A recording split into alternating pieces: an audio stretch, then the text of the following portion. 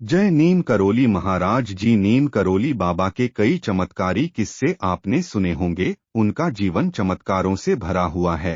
आज के इस वीडियो में हम आपको बाबा के एक और नए और अद्भुत चमत्कार से अवगत कराने वाले हैं, जिसमें बाबा ने एक अन्य साधु को कैसे दया और उदारता का पाठ पढ़ाया। तो आइए देर न करते हुए कहानी शुरू करते हैं।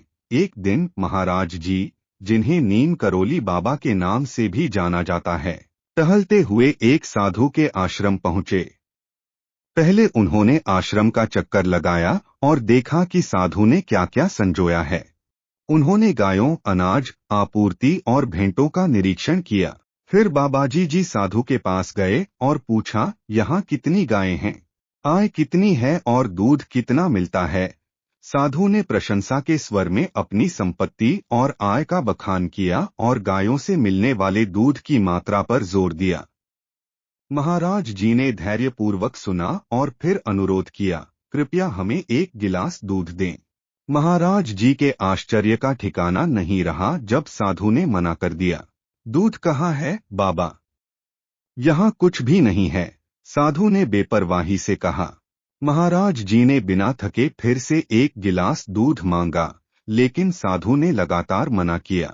साधु की इस अस्वीकृति से निराश होकर बाबाजी अंततः उठकर चले गए, लेकिन वह जानते थे कि उन्हें साधु को सही रास्ते पर लाना है। कुछ समय बीत गया और साधु का जीवन अप्रत्याशित तरीकों से बदलने लगा। एक दिन महाराज जी की खोज करते हुए साधु उनके चरणों में गिर पड़ा। उसकी आंखों से आंसू बह रहे थे। महाराज जी, कृपया मुझे क्षमा करें, उसने विनती की। हमारी मुलाकात के बाद से मेरे आश्रम की गायों ने दूध देना बंद कर दिया है। मैं नहीं समझ पा रहा हूँ कि क्या हो गया है। महाराज जी ने करुणा भरी दृष्टि से उसकी ओर देखा और कहा, एक सच्चे साधु का रास्ता सिर्फ इकट्ठा करने और रखने का नहीं है, बल्कि देने और बांटने का है। जो भी आपके आश्रम में आए, उसे कुछ प्रसाद जरूर दें। सिर्फ लेना मत सीखो, देना भी सीखो। अगर कोई आपसे कुछ मांगता है और आपके पास है तो कभी मना मत करना। साधु ने ध्यान से सुना जब महाराज जी ने कहा, उदारता और दया एक अच्छे जीवन की नींव है। इस आश्रम के देखभालकर्ता के रूप में आपका कर्तव्य सिर्फ संपत्ति इकट्ठा करना नहीं, बल्कि इसे समझदारी और करुणा से बांटना भी है। याद रखें, सच्ची संपत्ति देने में है, न कि संजोने में। महाराज जी की शिक्षा से प्रेरित होकर साधु एक नए उद्देश्य के साथ अपने आश्रम लौट आया। उसने हर आने वाले आगंतुक को प्रसाद देना शुरू किया, चाहे वह भेंट कितनी ही छोटी या नगण्य क्यों न हो। उसने दूध, भोजन और आशीर्वाद उदारता से बांटे, महाराज जी द्वारा सिखाए गए सिद्धांतों को अपनाया। समय के साथ एक चमत्कारी परिवर्तन हुआ। गायों ने पहले से भी अधिक दूध देना शुरू कर दिया और आश्रम समृद्धि और सद्भावना से भर गया। साधु ने महसूस किया कि महाराज जी की शिक्षाएं सिर्फ शब्द नहीं थीं, बल्कि एक गहरी सच्चाई थी जो जीवन बदलने की शक्ति रखती थी। महाराज जी की शिक्षाएं आश्रम से परे भी फैलीं। उन्होंने अक्सर सिखाया कि यही सिद्धांत गृहस्थों पर भी लागू होते हैं।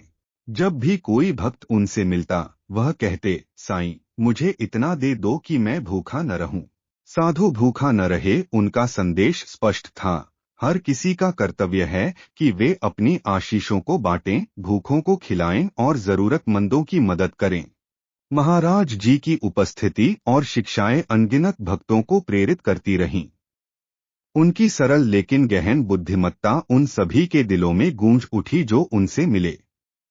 उन्होंने दिखाया कि सच्ची आध्यात्मिकता करुणा, उदारता और निःस्वार्थता में है।